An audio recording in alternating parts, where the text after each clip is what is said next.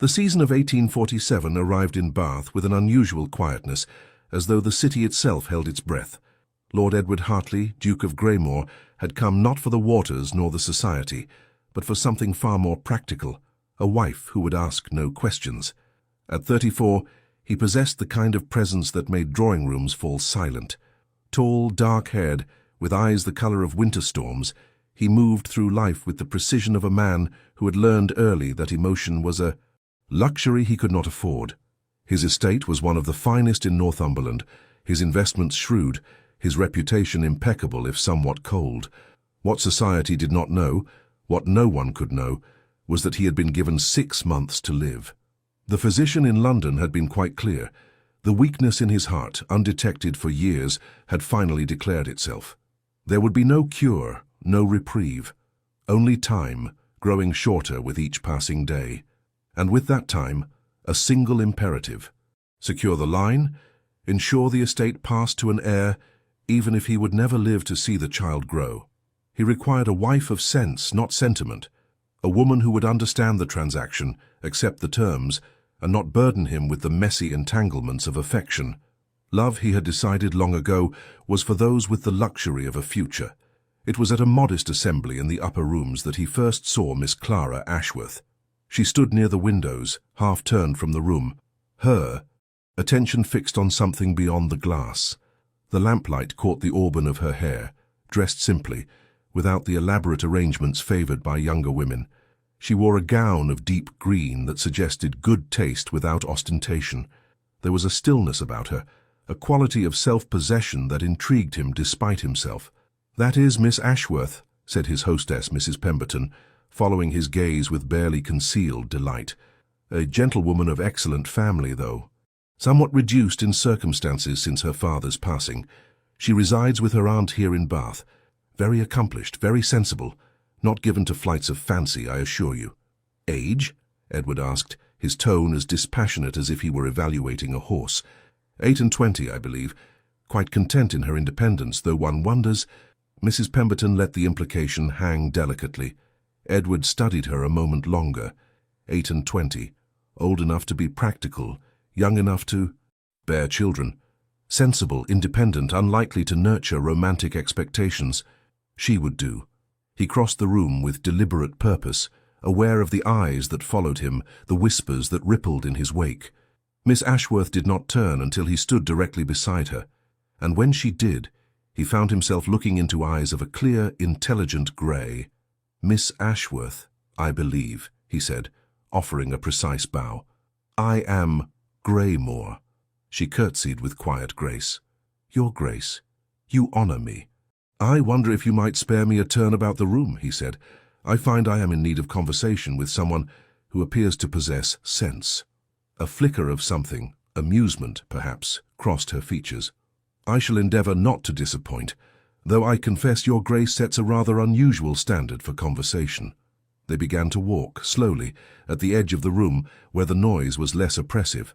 Edward found himself studying her profile, the way she held herself with a dignity that required no artifice. "You are new to Bath, Your Grace?" she asked. "I arrived 3 days ago. I find the city tolerable." "High praise indeed," she replied, and there was definitely amusement in her voice now. "Most visitors rhapsodize about the waters, the architecture, the society. Tolerability is refreshingly honest. I have little use for dishonesty, Miss Ashworth, in any form." She glanced at him, something shifting in her expression. "A rare quality, in my experience." They completed their circuit in a silence that was not entirely comfortable, yet not unpleasant. Edward found himself aware of her in a way that irritated him. He had not come here to be aware of anyone. He had come to secure a solution to a problem. "Miss Ashworth," he said abruptly, stopping near the same windows where he had first seen her, "I shall be direct, as I believe you are a woman who would appreciate directness over elaborate courtship." She turned to face him fully, her expression guarded now. Yes, I appreciate directness. I am in need of a wife," he said, his voice low enough that they would not be overheard.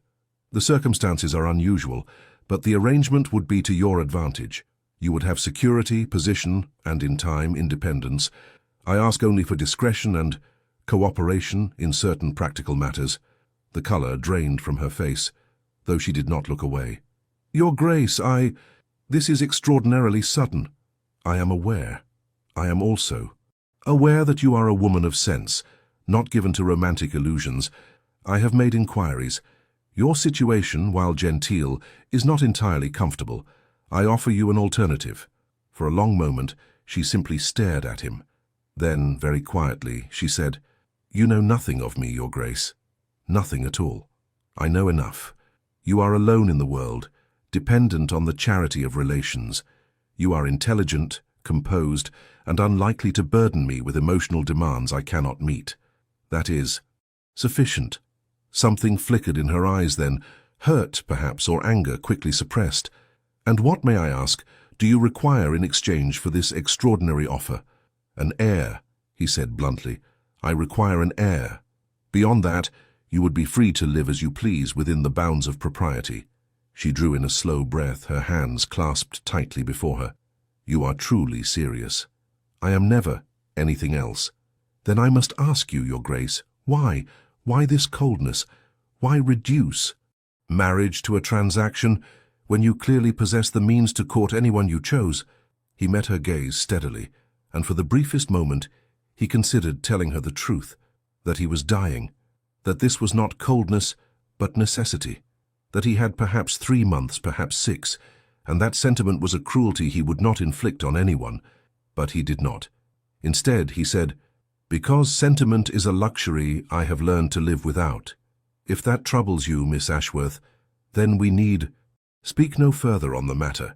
She looked at him for a long moment, searching his face for something he could not give. Then she lowered her gaze. "I will consider your proposal, Your Grace, but I cannot give you an answer tonight. That is all I ask." He left her there by the window and did not look back, though he felt the weight of her gaze on him as he departed. As he stepped into the cool night air, he pressed a hand briefly to his chest, feeling the irregular flutter that had become familiar. The physician had warned him against exertion, against stress. Yet as he climbed into his carriage, he found himself thinking not of his heart's weakness, but of the quiet dignity in Clara Ashworth's grey eyes. And for the first time in months, he felt something other than resignation. It was a complication he had not anticipated, and one he could not afford.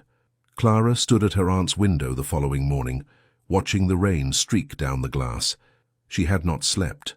The Duke's proposal, if one could call it that, had occupied her thoughts through the long hours of darkness. She was not naive. She understood what he was offering: security in exchange for duty, a title, wealth, position, everything a woman in her situation should want. And yet the coldness of it, the sheer transactional nature, had shaken something deep within her. "I require an heir," as though she were livestock to be assessed and purchased. "You are troubled, my dear," said her aunt, entering the room with her morning tea. "I heard you pacing half the night." Clara turned from the window. "The Duke of Greymore made me an offer last evening." Her aunt's cup rattled in its saucer. "An offer? Clara, that is— Why, that is extraordinary. The Duke of Greymore, my dear child, you must be thrilled." "Thrilled," Clara repeated flatly. "Yes, that is precisely what I am." Her aunt set down her tea and crossed to her, taking her hands.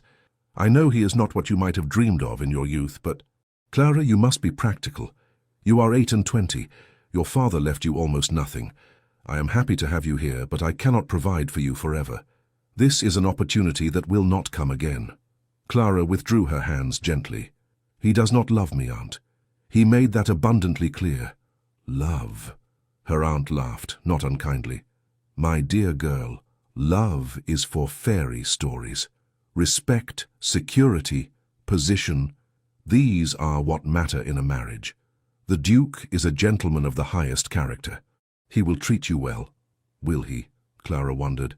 Or would he treat her as he had last night, as a solution to a problem, a vessel for his heir, a convenient arrangement? Yet what choice did she truly have? Her father's debts had consumed what little he had left. Her mother's family had disowned them years ago. Her aunt was kind but not wealthy. Without marriage, her future was one of genteel poverty, companion to aging relatives, governess to other women's children. And still, something in her resisted. something that remembered a different life, before her father's illness, before the debts, before the slow erosion of hope. She had once believed she would marry for affection, if not love, that she would be valued for more than her ability to produce an heir. Foolish, she told herself, foolish and childish. The Duke was offering her precisely what she needed. That he did so without sentiment was perhaps even a kindness. There would be no false promises, no illusions to shatter later. Only clarity. "I shall accept him," she said quietly. Her aunt embraced her with tears of relief.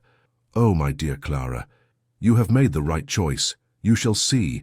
Everything will be well." But as Clara returned to the window, watching the rain fall on the grey stones of Bath, she could not quite convince herself that everything would be well. She thought of the Duke's eyes, so cold and distant, as though he looked at the world from behind a pane of glass. She thought of his words, "Sentiment is a luxury I have learned to live without." What manner of man learned such a thing, and why?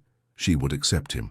She had no real alternative, but she would not pretend even to herself that it did not hurt. The wedding took place in a small chapel in Bath, attended by no more than a dozen people. Edward had insisted on the quiet ceremony, citing a preference for privacy that Clara had not questioned. She wore a dress of ivory silk that her aunt had helped her acquire, simple in design but elegant.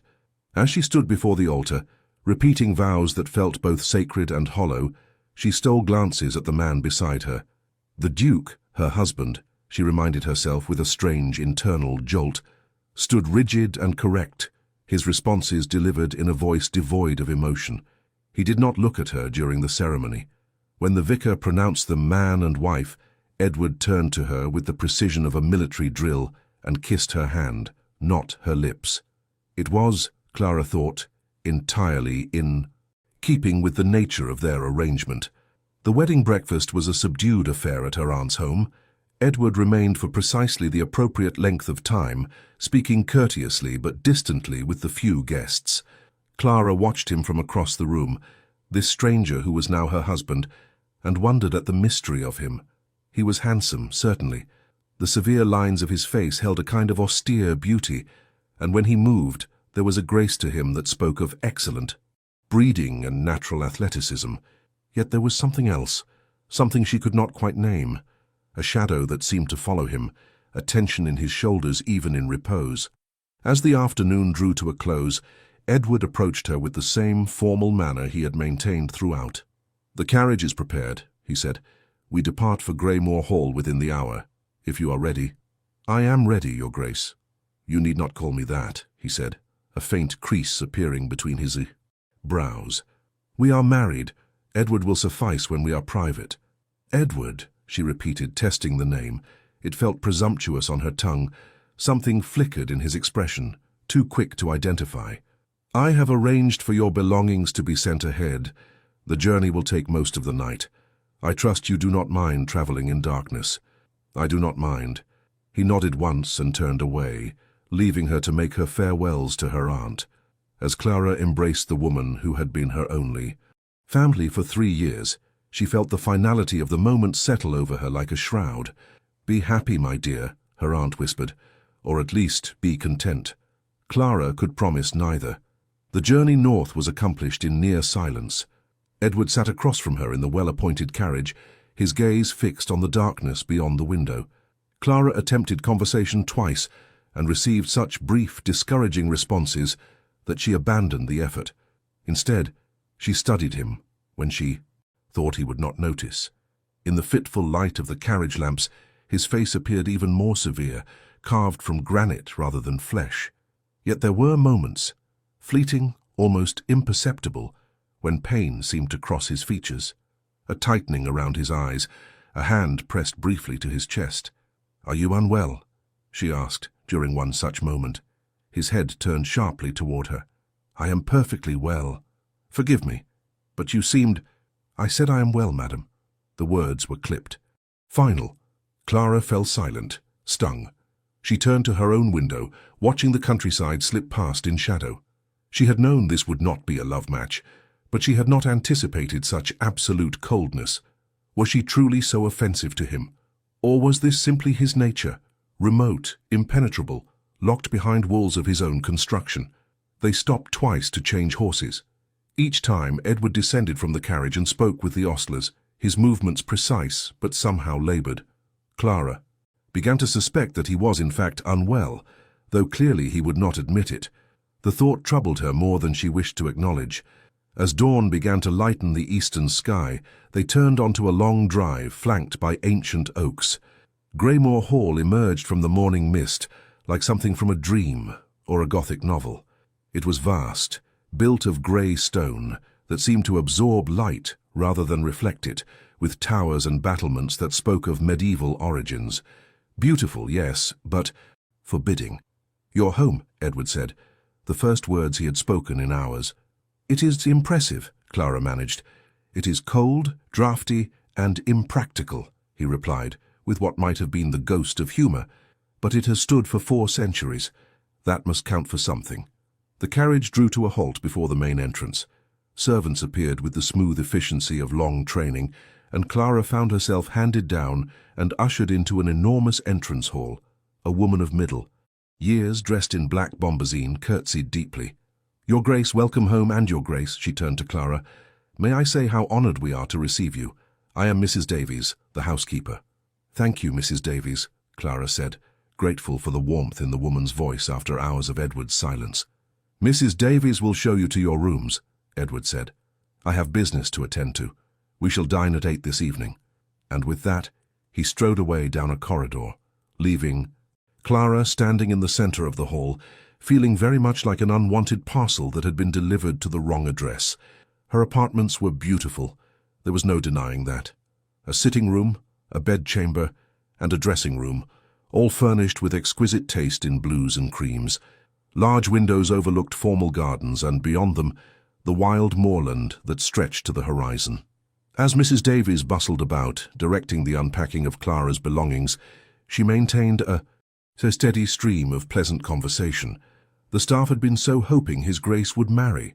The house had been so quiet these past years. There had been a duchess once, His Grace's mother, dead these 10 years now. A beautiful woman, very kind.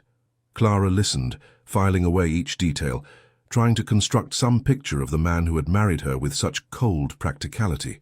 "Has His Grace been in residence long?" she asked, as casually as she could manage. "Oh, no, Your Grace. He spends most of his time in London these past years. He only came north a month ago, quite suddenly. We were that surprised." Mrs. Davies paused in her work, then seemed to recall herself. "But I'm sure he'll settle now with you here. A wife changes everything, doesn't it?" Does it? Clara wondered. She rather thought that Edward had married her precisely because he expected her to change nothing. Left alone at last, she stood at the window and looked out at the bleak beauty of the landscape. This was her home. Now, this cold, vast house, presided over by a man who seemed to wish her as far from him as possible. She would not cry. She had known what she was accepting: security, not affection; position, not companionship. She had made her choice with eyes open. But as she turned from the window, she caught sight of her reflection in the glass, a woman in an ivory dress, alone in a strange room, in a strange house, bound to a stranger. And for a moment, the loneliness was so acute, it took her breath away. Dinner that evening was a peculiar torment. The dining room was immense, with a table that could have seated 40. Edward sat at the head, Clara at his right, the vast expanse of polished mahogany stretching between them and the rest of the empty chairs. Candles flickered in elaborate candelabra. Footmen served course after course with silent efficiency. Edward ate little, she noticed. He moved the food about his plate with his fork, took a bite here and there, but consumed almost nothing. Yet, he drank his wine steadily. "How do you find the house?" he asked, breaking a silence that had lasted through the removal of the fish course. "It is very grand," Clara replied carefully. "The grounds appear extensive." "They are. 8,000 acres, though much of it is moorland. The farms are productive, the tenants are adequate." Another silence fell. Clara searched desperately for something to say that would not be met with monosyllabic dismissal. "I noticed a portrait in the gallery," she ventured. "A woman in blue. Your mother, perhaps?" Edward's hand tightened on his wineglass. "Yes, the late Duchess. She was very beautiful." "She was. He paused, then added, "She died when I was 24. A fever. It was sudden." There was something in his voice, the barest crack in the armor. Clara seized upon it gently. "You must miss her." "I do not permit myself the luxury of missing anyone, madam." The coldness was back, absolute and final. Clara felt as though she had been slapped. She set down her fork, no longer able to pretend appetite. "Forgive me," she said quietly. "I did not mean to intrude upon painful memories." Edward looked at her then, really looked at her, and for a moment she saw something in his eyes, anguish perhaps, or regret, but it vanished as quickly as it had appeared. "There is nothing to forgive," he said. "You could not have known." They finished the meal in silence. When it was over, Edward rose. "I have work to attend to in my study. I shall bid you good night." "Good night," Clara managed. He paused at the door, his back to her. "Your maid will have prepared your rooms. You need not. That is, I shall not trouble you tonight, or for some nights yet. I thought it best to allow you time to accustom yourself." Heat flooded Clara's face. Thank you, that is considerate." He left without another word. Clara sat alone at the vast table, surrounded by candles and shadows, and tried very hard not to feel like the greatest fool in England. The days that followed established a pattern.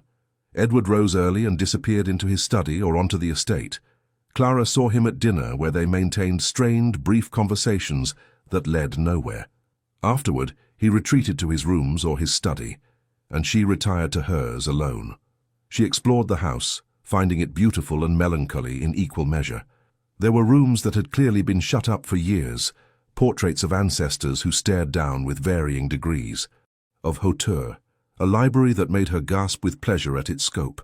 She walked the gardens, braving the cold northern wind, finding a strange comfort in the wildness of the landscape. She had lived in cities and towns her entire life. This raw, open country was new to her, and she found herself drawn to it despite, or perhaps because of, its harshness. But she was lonely, desperately, achingly lonely. Mrs. Davies was kind, the servants respectful, but they were not companions.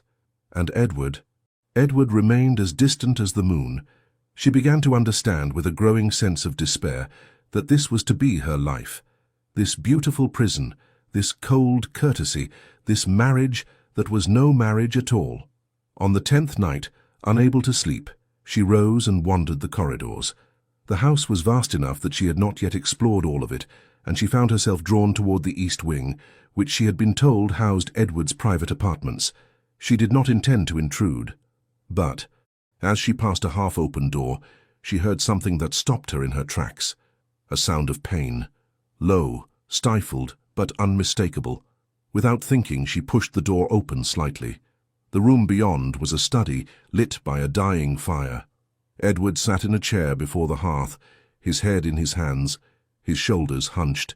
As she watched, he pressed a hand to his chest and drew in a sharp, agonized breath.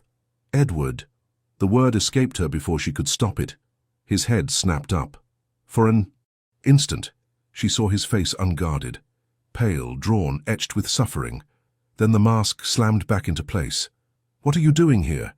The words were harsh, but there was no strength behind them. Clara stepped into the room.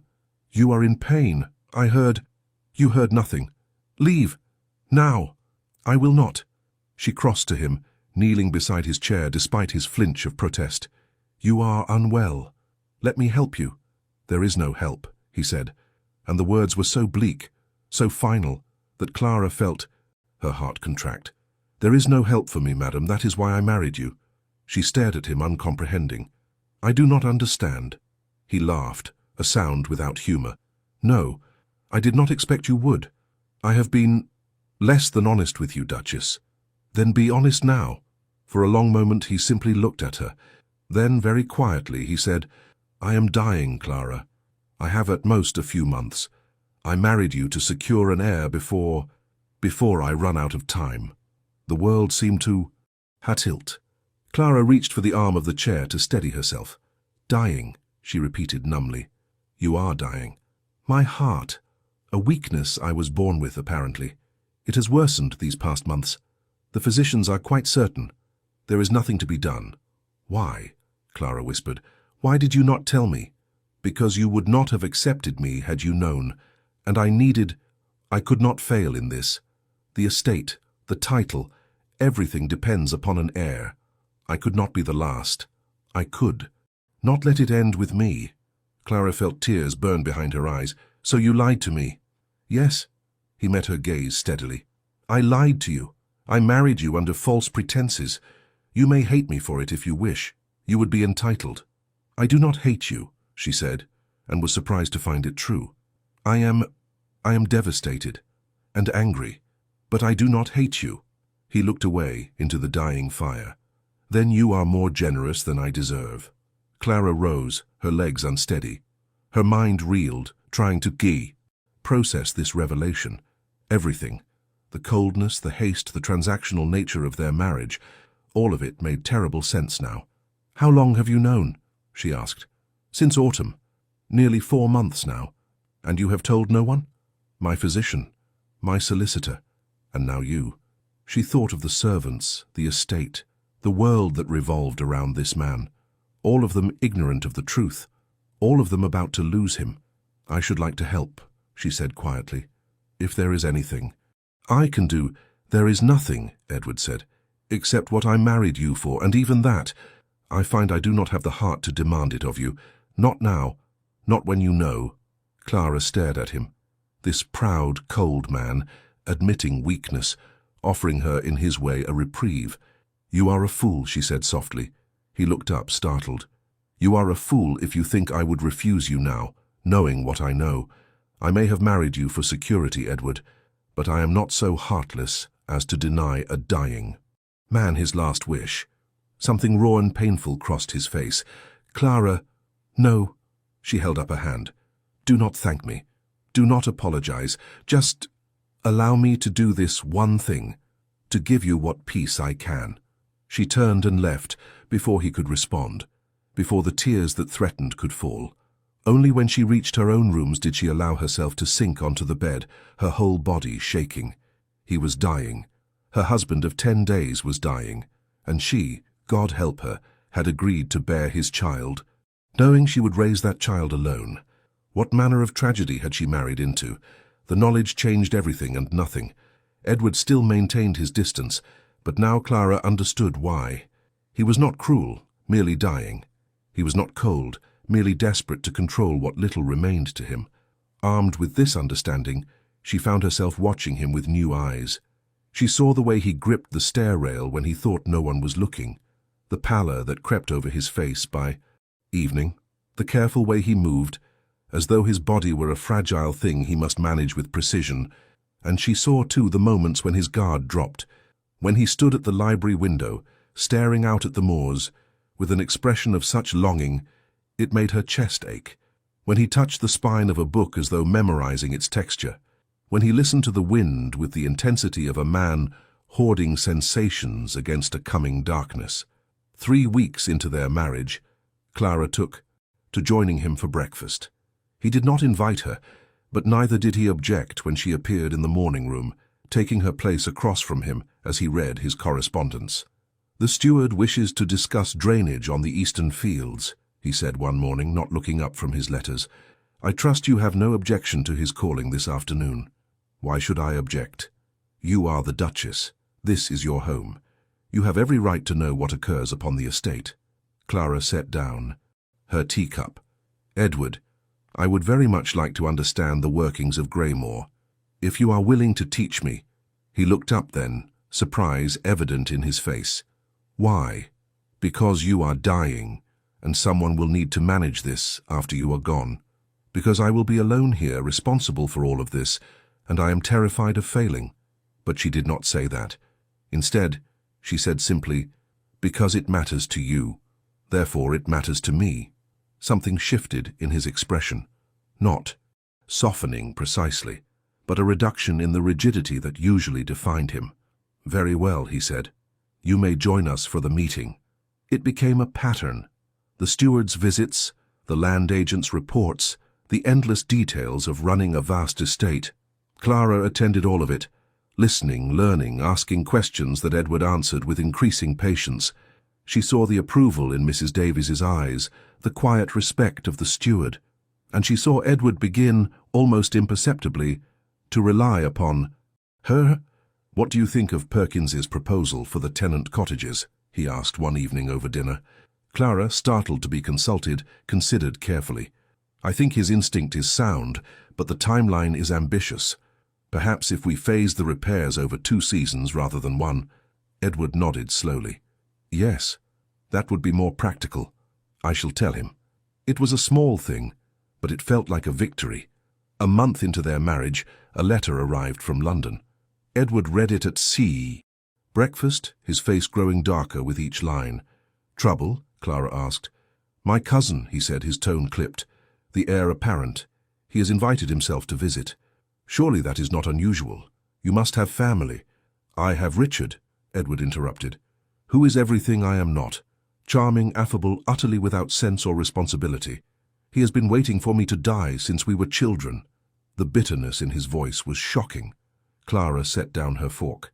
"He cannot know that that your health is compromised." "No, but he knows I am married, and he will be very interested to meet the woman who may thwart his inheritance." Clara felt a chill. "When does he arrive?" "Next week." The intervening days were tense. Edward's mood grew darker, his withdrawal more pronounced. Clara caught him standing in the portrait gallery one afternoon, staring up at a painting of a young man in regimentals. "My father," he said when he noticed her. "He died at Waterloo when I was 6 years old. I barely remember him, only that he was very tall and he laughed often. Richard is his sister's son. They say he resembles him. You do not sound pleased by that." "I am not." Edward turned away from the portrait. "My father was a hero, beloved by everyone who knew him. I have spent my entire life attempting to honor his memory, to be worthy of the title he left me. Richard coasts on charm and expects the world to fall at his feet. It makes me angry," Clara supplied, gently. "Yes." She wanted to touch him, to offer comfort, but the distance between them still felt too great. Instead, she said, "You honor your father every day, Edward, in the care you take of this estate, of the people who depend upon you. That is worth more than charm." He looked at her, something unreadable in his eyes. "You are kind to say so." "I am truthful to say so." For a moment she thought he might say something more, but he only nodded and left her standing among the portraits of his ancestors. Richard Hartley arrived on a cold, bright afternoon in a shower of noise and energy. He burst into the entrance hall like a force of nature, tall, fair-haired, devastatingly handsome, with an easy smile that transformed his face. "Edward, my dear cousin, how well you look! And this must be the fabled Duchess." He swept Clara a bow that was just slightly too theatrical to be entirely sincere. "Madam, I am overcome. My cousin, who swore he would never marry, has secured a wife of such beauty and grace. I am wounded that I was not invited to the wedding." "It was a quiet affair," Edward said coldly. "We saw no need for spectacle." "How very like you, cousin." Richard turned back to Clara, his blue eyes sparkling with what seemed to be genuine warmth. "You must tell me everything, Your Grace. How did my impossible cousin persuade you to have him? I am agog with curiosity."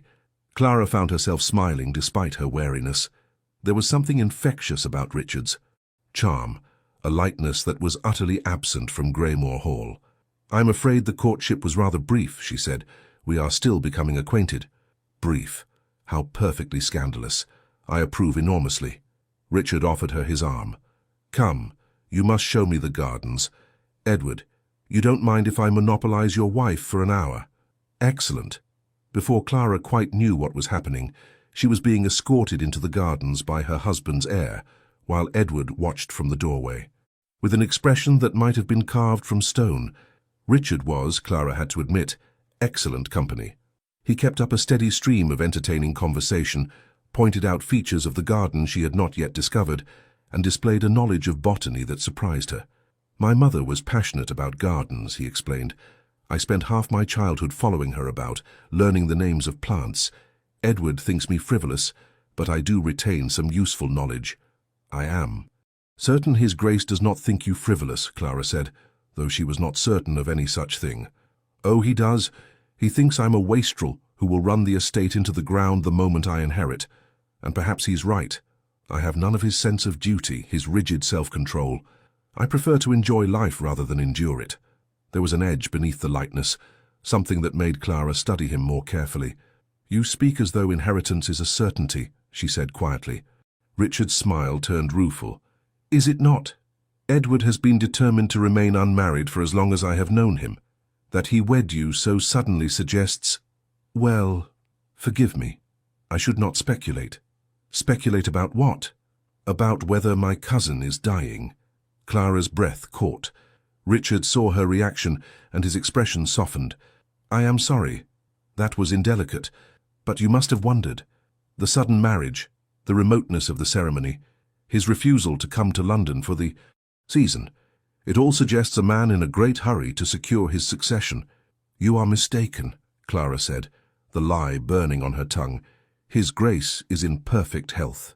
I hope you are right, cousin. Richard's use of the familial term was deliberate, gentle. Because if you are not, then you face a very lonely future, and I should hate to see you hurt.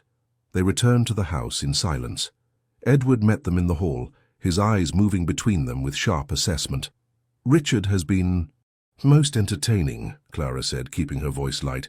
He has promised to show me the Folly tomorrow. How delightful for you both, Edward said, his tone arctic. Richard, Mrs. Davies will show you to your rooms. We dine at 8. As Richard departed, Edward turned to Clara. A word, madam, in my study. She followed him, her heart sinking. The moment the door closed, he rounded on her. What did he say to you? Nothing of consequence. We discussed the gardens, his mother. Do not lie to... Me, Clara. I saw your face when you returned. He said something that distressed you. Clara met his gaze steadily. He speculated that you are dying. I denied it. Edward's jaw tightened. And did he believe you? I do not know. Damnation. He turned away, pacing to the window. I knew he would suspect. He is not a fool, for all that he plays one. Edward, Clara hesitated, then pressed on. Why do you hate him so? I do not hate him. You give an excellent impression of it. Edward was silent for a long moment. When he spoke, his voice was low, strained. He is everything I wished to be. Easy, charming, beloved without effort. People gravitate to him as they never have to me, and he wastes it all on pleasure, on frivolity. It is intolerable. You envy him. Yes. The admission seemed torn from him. God help me, yes, and I despise myself for it. Clara crossed to him, standing close enough that she could see the tension in his shoulders, the pulse beating rapidly at his throat. You are dying, Edward. You are permitted human feeling, even envy. He turned to look at her, and for the first time since she had known him, his eyes were unguarded. I do not want to die, Clara. I do not want to leave all of this, and I certainly do not want to leave it to him, but I have no choice. And so I must endure watching him charm you, watching him win what I cannot. He stopped abruptly, as though realizing he had said too much. What you cannot, Clara prompted softly. But the moment had passed. The walls came back up, and Edward stepped away from her. It does not matter, forgive me, I am tired. We shall speak no more of this. He left her standing in his study, her mind churning with all that had been said and unsaid, watching him win what I cannot. What had Edward meant? What did he think Richard could win? And why did the thought of it make Edward's careful control finally crack? Dinner that evening was a study in contrasts. Richard entertained them both, with stories from London, his wit sharp but never cruel, his observations astute. He drew out Clara with questions about her life in Bath, her interests, her thoughts on Greymore. Edward sat at the head of the table, silent and brooding, drinking more wine than Clara had ever seen him consume. You must come to London for the season, cousin, Richard said to Clara. Edward never attends, but you should not be deprived. I would be honored to escort you, introduce you properly to society. That is generous, Clara said carefully, but I am quite content here. Nonsense, no one is content in Northumberland in winter. It is grey and cold and desperately dull. You deserve gaiety, pleasure, life. Do you not agree, Edward? Edward set down his glass with deliberate precision. I agree that my wife's happiness is paramount. If she wishes to go to London, I will not prevent her. But will you accompany her? Richard pressed. No. The single word fell like a stone. Richard raised his eyebrows. "Come now, cousin. Surely you can manage a month in town for your wife's sake, if not your own pleasure." I said no. The atmosphere grew taut. Clara intervened quickly. "I have no desire to go to London at present.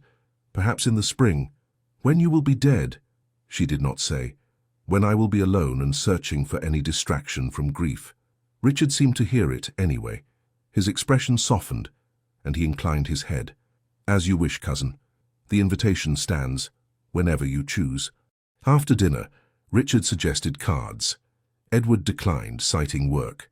Clara, unwilling to leave Richard to his own devices or to abandon Edward to his black mood, also declined.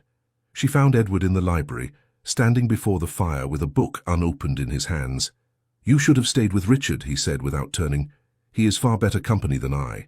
"I do not want Richard's company," Clara said. "I want yours." Edward did turn then, surprise evident in his face. "Why?" "Because you are my husband. Because I—" She hesitated, then said it. "Because I care what happens to you. You should not. It is too late for that." They stared at each other across the library, and Clara felt the air between them charged with something unnamed. Then Edward looked away. "He will make you a better husband than I ever could," he said quietly. "When I am gone, and you are free. If he offers—" "Stop!" Clara crossed to him, anger flaring, bright and sudden. "How dare you?" Edward blinked, taken aback. "I'm merely being practical." "You are being a coward." The words were out before she could stop them. "You would give me to Richard like a piece of property to be passed along, rather than fight for what is yours." "I am dying, Clara. I cannot fight." "You are not dead yet." Her voice rang through the library. "You are alive, Edward, and while you live I am your wife, not Richard's. I will thank you to remember that." She turned and fled before he could see the tears. That threatened. Only when she reached her rooms did she let them fall. She had not meant to care for him. She had not wanted this complication. But somewhere in the past weeks, watching him battle his own mortality with such grim determination, she had begun to feel something she had not anticipated, something dangerous, something that felt very much like love. Richard remained at Greymore for a fortnight, and each day Clara felt the tension wind tighter. Edward's jealousy, for that was what it was, though he would never name it, manifested in cold silences and withdrawn evenings. Richard, whether deliberately or through genuine obliviousness, continued to seek Clara's company, to charm her with his easy manner and entertaining conversation. She found herself caught between them, unable to please either. When she spent time with Richard, Edward retreated into icy formality. When she sought Edward's company, he directed her back to his cousin with barely concealed bitterness. It was exhausting and heartbreaking in equal measure. On the 10th day of Richard's visit, Clara walked in the gardens to clear her head. The November air was sharp, carrying the promise of winter. She had wrapped herself in a heavy cloak and ventured to the Folly, a small Greek-style temple that crowned a gentle rise overlooking the estate. She did not expect to find Edward there. He stood with his back to her, one hand gripping the stone balustrade, his posture rigid. She almost turned to leave, but something in the set of his shoulders stopped her. "Edward?" she said softly. He did not turn. "You should be with Richard. He mentioned wanting to show you the conservatory." "I am weary of the conservatory, and of Richard." She moved to stand beside him, following his gaze out over the grey-brown landscape. "I am weary of this performance we are all engaged in. It is not a performance. It is preparation." "For what?" "Your death. You speak as though it has already happened." "It might." "As well have." His voice was flat, defeated. "I cannot ride any more without pain, cannot walk the estate as I once did, cannot even fulfill my duties as a husband without fearing my heart will simply stop." Clara felt heat rise in her face at the frank admission. They had not spoken of that particular duty since the night she learned of his illness. She had assumed he was waiting, conserving his strength, but now she understood it was fear that held him back. "The physician said, 'There is no danger in moderate exertion,'" she said carefully. "You told me so yourself." "The physician said many things. I no longer trust his assurances." Edward finally turned to look at her. and the anguish in his eyes stole her breath. "What if I die in your arms, Clara? What if I rob you of even the small comfort you might have taken from our arrangement? I cannot bear the thought of it. So instead, you leave me with nothing?" The words came out sharper than she intended. "You offer me to Richard as though I were some heirloom to be passed down. You speak of your death as though it has already occurred, while you yet live. This is not protection, Edward. It is abandonment. I am trying to spare you. I do not want to be spared." Clara's composure finally shattered. "I want a husband, Edward, for whatever time remains. I want the man who discusses estate business with me at breakfast, who trusts my judgment on tenant matters, who looks at me sometimes as though I'm not simply a means to an heir. I want you, not your ghost." Edward stared at her, something desperate and yearning in his face. "You do not know what you ask. Then tell me. Stop hiding behind this wall of noble sacrifice and tell me what you truly feel." For a long moment he was silent. Then very quietly, "I feel like a drowning man who has been thrown a rope, only to realize I am too far gone to reach it. I feel like a thief because I married you knowing I could give you nothing. And I feel, God help me, Clara, I feel things for you that I have no right to feel. That will only make this harder when the time comes." Clara's heart contracted painfully. "Edward, no." He stepped back, away from her. "No, I should not have said that. Forgive me. I am not myself today." He turned and began to walk back toward the house, his gait unsteady. Clara watched him go, torn between running after him and giving him the solitude he seemed so desperate to maintain. She was still standing there when Richard found her. "There you are," he said cheerfully. "I have been looking everywhere. The light is fading. You should not be out here alone. I am quite safe. Nevertheless." He offered his arm, and Clara, too weary to argue, took it. As they walked back toward the house, Richard said casually, "You are good for him, you know." Clara glanced up, startled. "I beg your pardon?" "Edward, you are good for him. I have known him all my life, and I have never seen him as human as he has been these past weeks. He actually smiles occasionally. It is rather alarming. He has not smiled at me, hasn't he? I saw him watching you at dinner 2 nights ago, when you were telling that story about your aunt's cat. He smiled then, only for a moment, but he did." Clara had not noticed. She had been too focused on trying not to feel the weight of Richard's charm, the way he made her laugh despite herself. "Richard," she said slowly, "what happened between you and Edward? Why does he dislike you so?" Richard was quiet for several steps. Then he sighed. "When we were children, we were close, almost like brothers. But as we grew older, the differences became more apparent. I was charming where he was serious. I made friends easily while he remained aloof. Our families compared us constantly, the golden cousin and the grim heir. And then, when we were both 20, I made a terrible mistake." "What kind of mistake?" "I fell in love with a woman Edward was courting. Oh, he never said he cared for her, but I knew, I could see it. And I pursued her anyway because she preferred me, because it was easy, because I was young and selfish. He never forgave me. Not truly." Clara absorbed this, understanding suddenly so much about Edward's current behavior. "Did you marry her?" "God, no, she threw me over for a baronet with twice my income. But the damage was done. Edward has never trusted me since, and I suppose I have never quite forgiven myself." They reached the house in silence. Richard paused at the entrance. "I am leaving tomorrow," he said abruptly. "I have business in York that I have delayed too long already, and I think my presence here is doing more harm than good." "Richard, you need not—" "I do. Edward is dying, Clara. I can see it, even if you will not confirm it. And he needs what time he has left to be with you, not spent in jealous misery over his wastrel cousin." He smiled, but it was tinged with sadness. "Take care of him. And of yourself. You deserve better than this tragedy."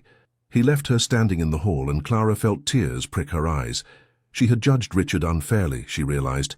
He was not the villain Edward painted him as. He was simply a man trying to live with his own regrets. That evening Edward did not appear for dinner. Mrs. Davies informed Clara with evident concern that His Grace was unwell and had requested a tray in his rooms. Clara ate alone, picking at her food without appetite. When the meal was over, she dismissed the servants and climbed the stairs to Edward's apartments.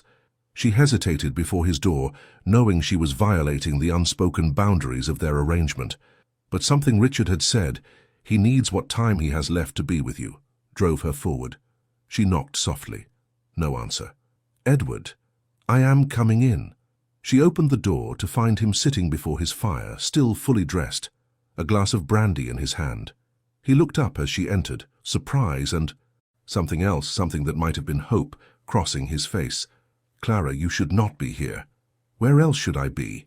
She closed the door behind her and crossed to stand before him. "My husband is unwell. My place is with him." "I am not. It is merely a headache. Nothing of consequence." "You lie very poorly for a man who claims to value honesty." A ghost of a smile touched his lips. "You are learning to manage me, I see." "Someone must." She knelt beside his chair as she had that first night when she discovered his secret. "Richard is leaving tomorrow." "I know, he told me this afternoon." Edward stared into his brandy. "He also told me I am a fool and am wasting the gift I have been given. He has always had a talent for stating the obvious." "Is he right?" Edward looked at her then, really looked at her, and the naked longing in his eyes made her breath catch. "Yes," he said hoarsely. "God help me, yes. I am wasting every moment I have with you because I am terrified. Terrified of wanting you too much, of making you care too much, of leaving you with grief instead of indifference when I die. It would be easier for us both if you did not love me." "It is too late for that," Clara whispered. Edward's glass slipped from his fingers, falling to the carpet unheeded. "What did you say?" "I said it is too late. I already care for you, Edward. Far more than I should. Far more than is wise. You cannot protect me from grief by pushing me away. You can only make what time we have left empty. Clara, I know you are dying. I have known for weeks, but you are not dead yet, and I refuse to mourn you while you yet live." She reached up, touching his face with trembling fingers. "Let me love you, for whatever time remains. Please." Edward made a sound that was half sob, half laugh. Then he pulled her to him, his arms coming around her with desperate strength, his face buried in her hair. "I do not deserve you," he said, his voice breaking. "I do not deserve any of this. But God help me, I am too weak to refuse." He kissed her then, and Clara felt something in her chest crack open. It was not gentle, that kiss. It was desperate and hungry and tinged with grief. It was the kiss of a man who had been starving and had finally been offered sustenance. When they finally drew apart, both breathing hard, Edward rested his forehead against hers. "If I die tonight," he whispered, "it will have been worth it." "You will not die tonight," Clara said firmly. The physician said, "Damn the physician." Edward rose, drawing her up with him. His hands shook as he touched her face, her hair, as though memorizing her by touch alone. "I have wasted so much time being afraid. No more. If I have only weeks or months, I will not spend them in cowardice." He kissed her again, softer this time, then took her hand and led her toward his bedchamber. Clara followed, her heart racing, knowing that everything was about to change. At the threshold, Edward paused. "If you wish to change your mind, I do not. Clara, I need you to understand. This is not... I cannot promise you decades. I cannot even promise you years. But what I can give you, I give freely. My name, my protection, my estate, and my heart, for whatever it is worth." "It is worth everything," Clara said, and meant it. She stepped through the doorway, and Edward followed, closing the door softly behind them. Outside, the November wind rattled the windows, but inside, in the flickering firelight, two people who had married as strangers finally came together as husband and wife, and for a few hours, death seemed very far away indeed. The weeks that followed Edward's surrender were the strangest of Clara's life, suspended between joy and dread, between hope and inevitable loss. They had become, improbably, what she had never dared imagine, a true marriage. Edward no longer retreated to his study after dinner. Instead, they sat together in the library, reading aloud to one another, or simply existing in companionable silence.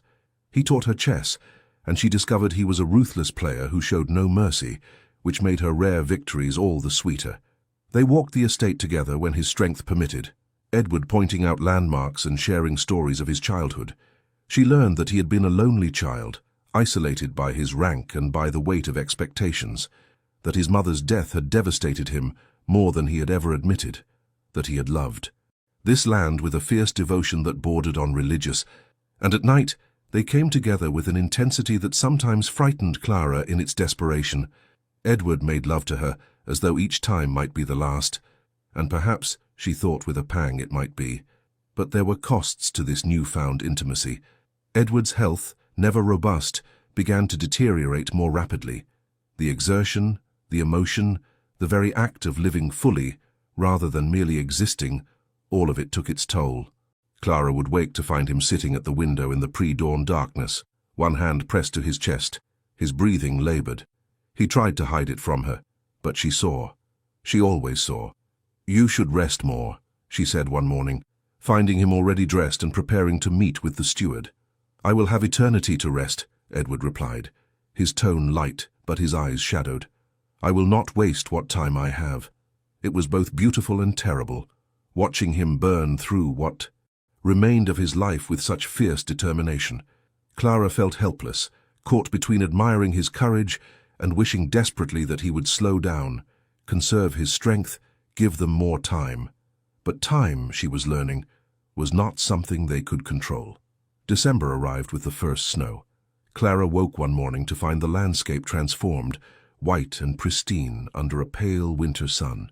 She turned in bed to find Edward watching her, propped on one elbow, a slight smile on his face. "Happy Christmas," he said. She blinked in surprise. "Is it Christmas already?" "In 3 days. I thought we might celebrate, if you wish." Clara had not given any thought to the holiday. The past weeks had existed outside normal time, measured not in days but in moments stolen from fate. "I would like that," she said softly. Edward's smile widened slightly. "Good, because I have something for you."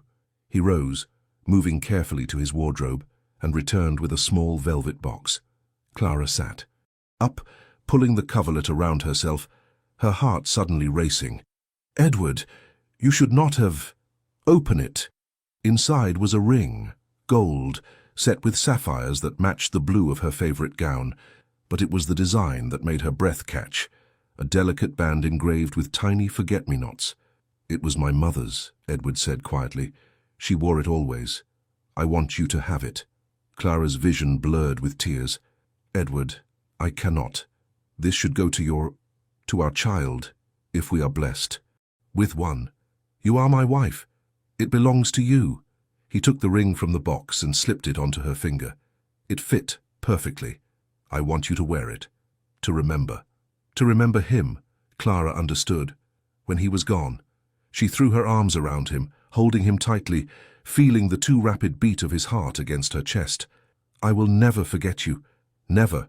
Edward's arms came around her, and for a long moment they simply held each other, the morning light streaming through the windows, the ring glinting on Clara's hand.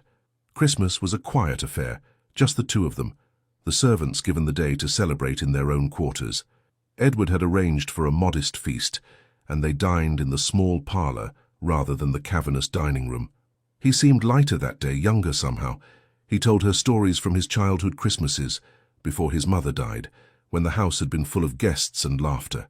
Clara contributed her own memories, fewer and more modest, but cherished nonetheless. After dinner, Edward led her to the music room, a chamber she had glimpsed but never entered. A pianoforte stood near the windows, its surface dusty from disuse. "My mother played," Edward said, running his fingers lightly over the keys. "She tried to teach me, but I had no talent for it. Do you play?" "A little. I am not accomplished, but I can manage simple pieces." "Play for me," he said. "Please." Clara sat at the instrument, suddenly nervous. She chose a simple folk. Melody her father had loved, something plaintive and sweet. Her fingers were stiff at first, but the music came back to her, flowing through her like remembered sunlight. When she finished, she looked up to find Edward's eyes bright with unshed tears. "Beautiful," he said hoarsely. "Thank you."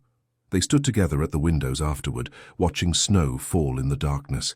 Edward's arm was around her waist, and Clara leaned into him, feeling the now familiar irregularity of his heartbeat. "I wish," he began, then stopped. "What do you wish?" "I wish I could give you the future you deserve. Children, grandchildren, a lifetime of moments like this. I wish I were not so selfish as to be grateful for the time we have had, knowing how much you will suffer when I am gone." Clara turned in his arms to face him. "Do not regret our marriage, Edward. Whatever comes, I will never regret it. You have given me more in these few months than I dared hope for in a lifetime." "Have I?" He touched her face with infinite tenderness. "You have given me everything, Clara. You have made me believe for the first time that I was worthy of love. That is no small gift." They kissed, softly, sweetly, and Clara felt her heart break and heal simultaneously. This was love, she realized, not the passionate infatuation of novels, but something deeper, more precious. Love forged in the knowledge of impermanence, made more valuable by its fragility. That night, as they lay together in the darkness, Edward spoke words he had never said before. "I love you, Clara. I should have said it sooner, but I love you with everything I am, everything I have left to give." Clara pressed her face to his chest, feeling tears slip down her cheeks. "I love you too. So much it terrifies me." "Do not be afraid," he murmured into her hair. "Whatever happens, we have had this. No one can take that from us." But Clara was afraid, because she could feel him slipping away, day by day, moment by moment. And there was nothing she could do to stop it. January brought a cruel cold that seemed to seep into the very stones of Greymore. Edward's decline accelerated. He could no longer walk the estate, could barely manage the stairs. He spent most of his days in his study or their shared bedchamber, wrapped in blankets despite the roaring fires. The physician came from London, examined Edward with grave thoroughness, and delivered his verdict in private to Clara. "Weeks, Your Grace. Perhaps a month if he rests." "Completely, but I would not wager on it." Clara received this news with outward calm and inward devastation. She thanked the physician, saw him on his way, and then retreated to her rooms where she wept until she had no tears left. When she emerged, red-eyed but composed, Edward was waiting for her in the corridor. "He told you," Edward said. It was not a question. "Yes. I am sorry, Clara. Sorry that I cannot give you more time. Sorry that I'm leaving you alone. You have nothing to apologize for." She took his hand, feeling how cold it was despite the warmth of the house. "Come, let us make the most of what we have." They did. Edward, confined now to his rooms, nevertheless insisted on maintaining their routines as much as possible. Clara read to him for hours, poetry, history, novels. They discussed estate matters, with Edward teaching her everything he could about management and finances. He dictated letters to his solicitor, to the steward, ensuring everything would be in order for her after his death. "You will be a wealthy widow," he said one afternoon, a wry smile on his pale lips. "Sought after by every fortune hunter in England. You must promise me you will be careful. I have no interest in remarrying. You say that now, but you are young, Clara. You deserve companionship, perhaps even love again. I would not have you spend your life alone. We need not speak of this now. We must." Edward struggled to sit up, and Clara helped him, arranging pillows. At his back. "I have made provisions. The estate is entailed, so it will go to Richard.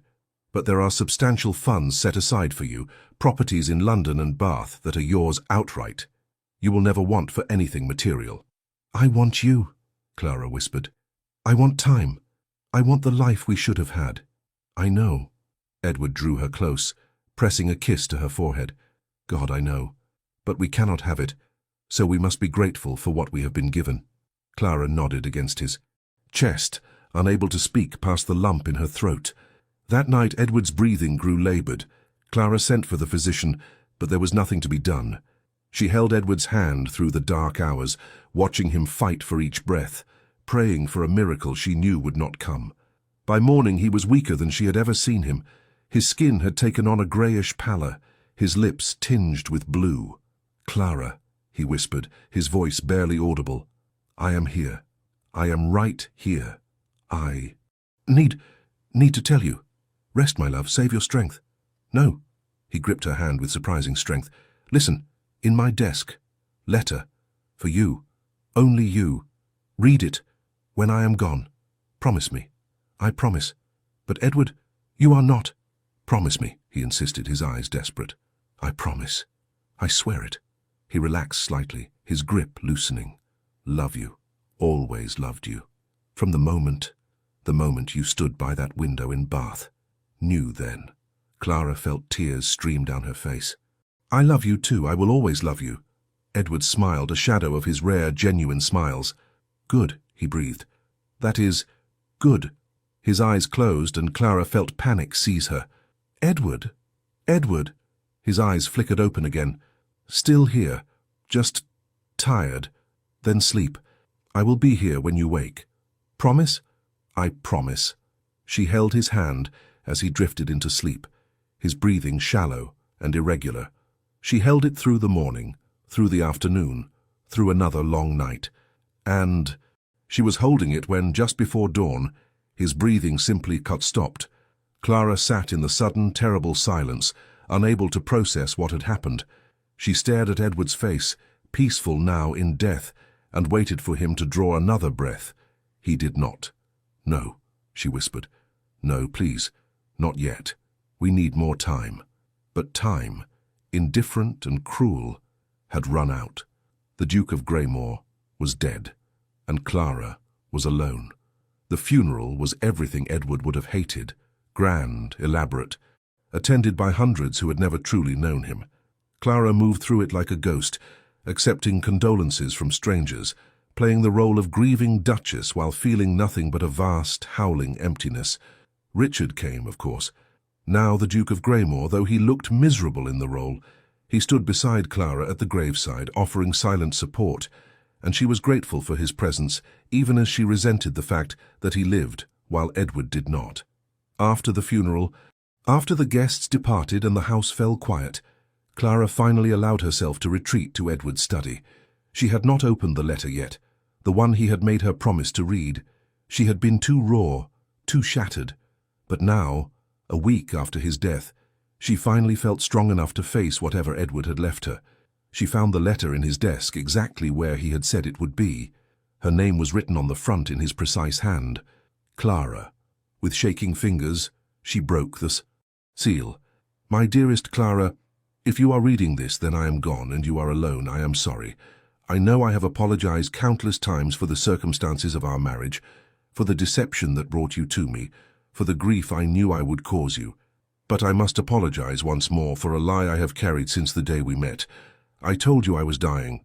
I told you the physicians had given me months, and that was true, but it was not the whole truth. The weakness in my heart has been with me my entire life. But the severity of it, the urgency, that was exaggerated, not by the physicians but by me. I was told I might have years, with care, 5, perhaps 10. The physician was quite clear. Avoid excessive exertion, manage stress, and I could live a reasonable span. Not a full lifetime, but more than the months I claimed. I lied to you, Clara. Not about being ill, that was real, but about how imminent my death was, and I did so for the most selfish of reasons. When I saw you in Bath, I knew immediately that you were exactly the kind of woman I had spent my life avoiding. Intelligent, strong, capable of caring deeply.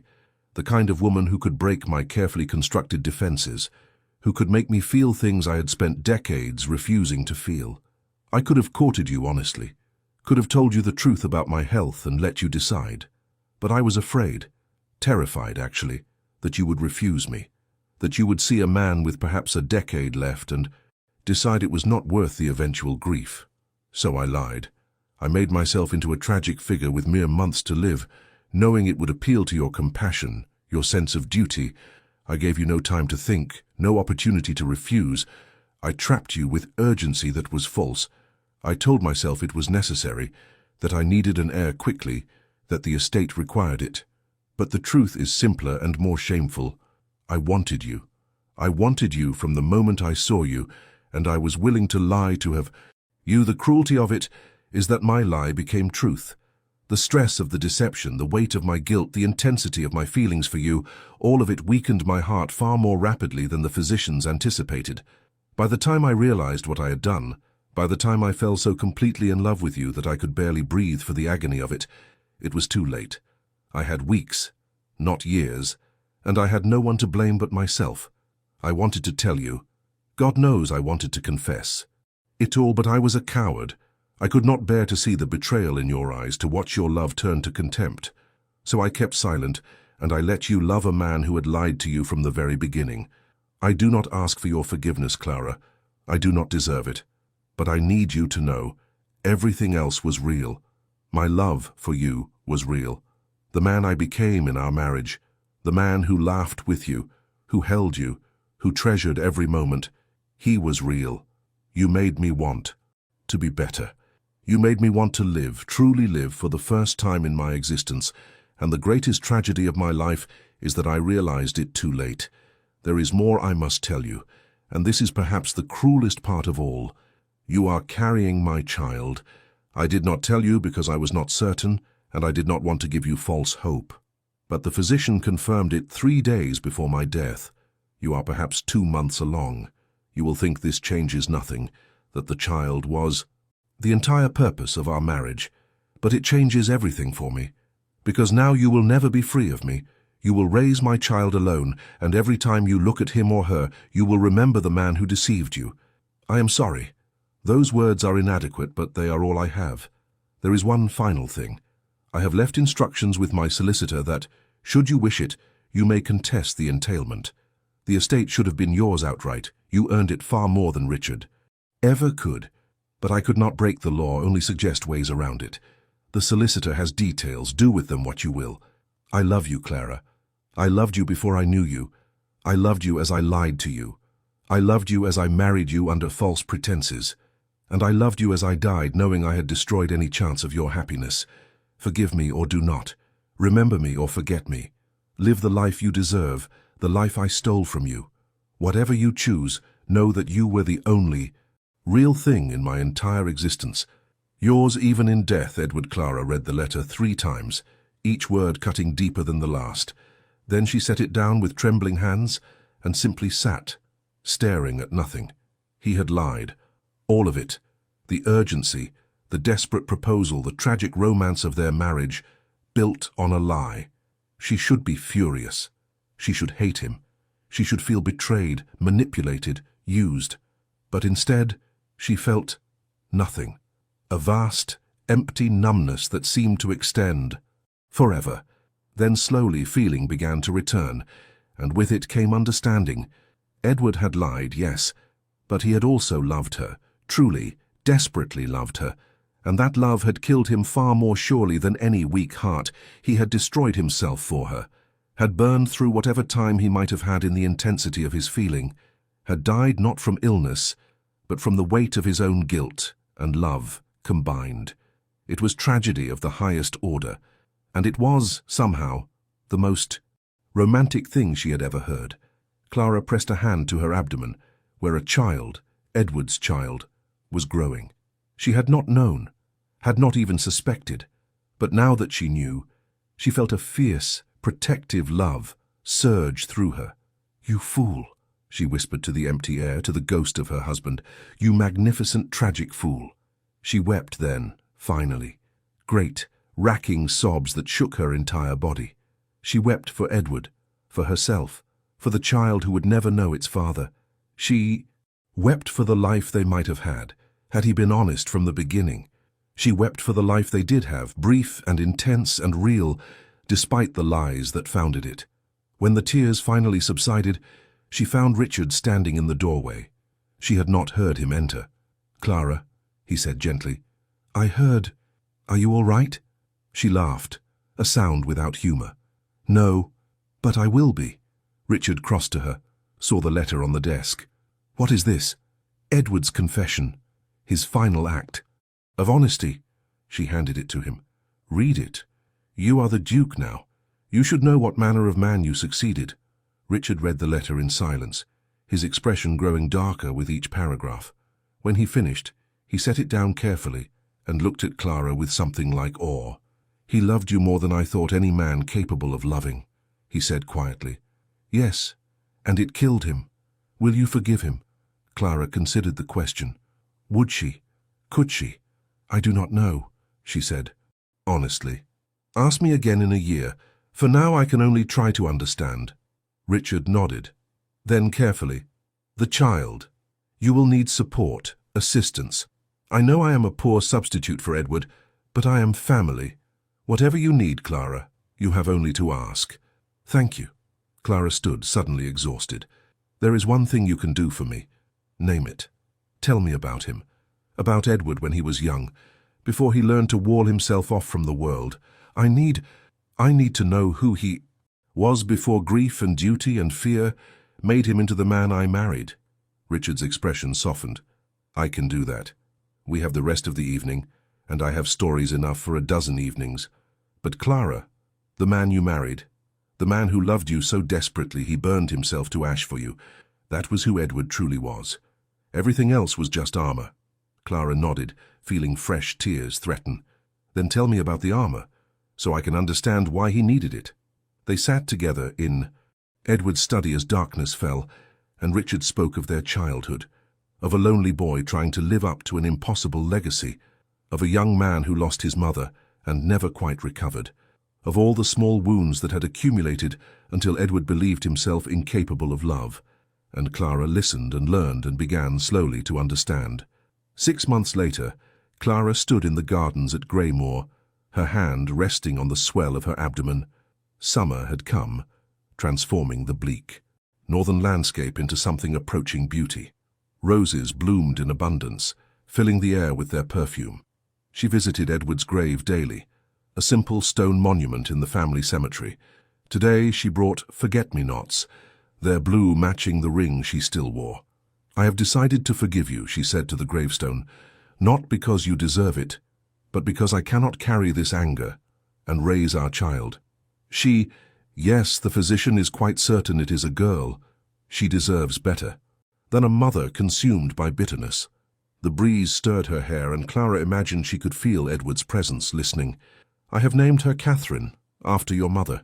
Richard suggested it, and I thought you would approve. She is due in October. I wish you could meet her. I wish she could know you. She knelt awkwardly, placing the flowers at the base of the stone. You were wrong about one thing, she continued. You wrote that I would never be free of you, as though that were a curse. But Edward, I do not want to be free of you. You gave me the greatest gift anyone has ever given me. You taught me that I was worthy of love. Real, desperate, all-consuming love. That is worth any amount of grief. She stood, brushing dirt from her skirts. I am managing the estate, you will be pleased to know. Richard has been invaluable, but he has made it clear that I am to make the decisions. Your tenants are prospering. The harvest looks promising. Your legacy continues, Edward. Not just in Catherine, but in everything you built here. A bird called from the trees, and Clara smiled slightly. I should go.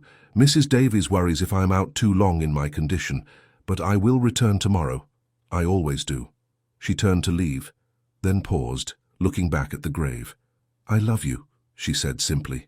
I loved you then, I love you now, and I will love you always. Your lies do not change that. Nothing could change that. She walked back to the house, to the life that awaited her. Life without Edward, but shaped entirely by him. A life that would soon include his daughter, who would grow up knowing her father only through stories and a mother's love. It was not the life Clara had imagined when she stood in that assembly in Bath, accepting a stranger's cold proposal. It was infinitely more tragic and infinitely more beautiful. And as she entered Greymoor Hall, feeling her daughter move within her, Clara understood at last what Edward had tried so hard to tell her in his letter.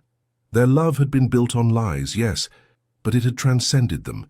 It had become something real and true and enduring, something that would outlive Edward's death, outlive even Clara herself. It had become legend, and in the end, perhaps that was enough. Epilogue, the letter found.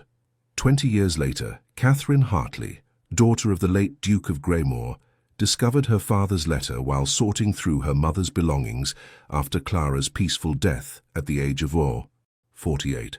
She read it with tears streaming down her face, understanding finally the tragedy and beauty of her parents' brief marriage, the mother she had loved, the father she had never known. both immortalized in words of searing honesty. Catherine carried the letter to the library where her uncle Richard, now elderly but still sharp, sat reading. "Did you know?" she asked. "About this?" Richard read the letter again, though he had read it many times before. "Yes, your mother showed it to me, the day she received it." "And you did not tell me?" "Your mother asked me not to.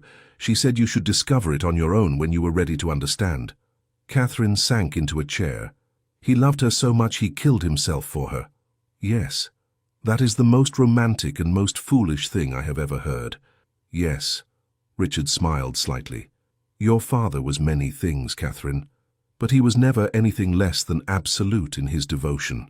Catherine looked down at the letter, at her, father's elegant handwriting. "Mother never remarried," she said softly. "No, she had offers, many of them, but she said she had been loved perfectly once. To settle for less would dishonor that love." Catherine felt fresh tears well. "I wish I had known him." "You did, in a way. Every decision your mother made, every choice, every moment of her life after his death, all of it was informed by his love. You are the product of that love, Catherine. You carry it forward." Catherine nodded, clutching the letter to her chest. "Tell me about him," she said. "Tell me everything." And Richard did, spending the evening sharing stories of Edward Hartley, Duke of Greymore, the man who had lied and loved with equal passion, who had died young but lived completely in the brief time he had been given. And as he spoke, Catherine understood that her parents' story was not a tragedy at all. It was a testament to the power of love to transform, to transcend, to endure beyond death, beyond time, beyond all the lies and truths that made up a human life. It was, quite simply, everything.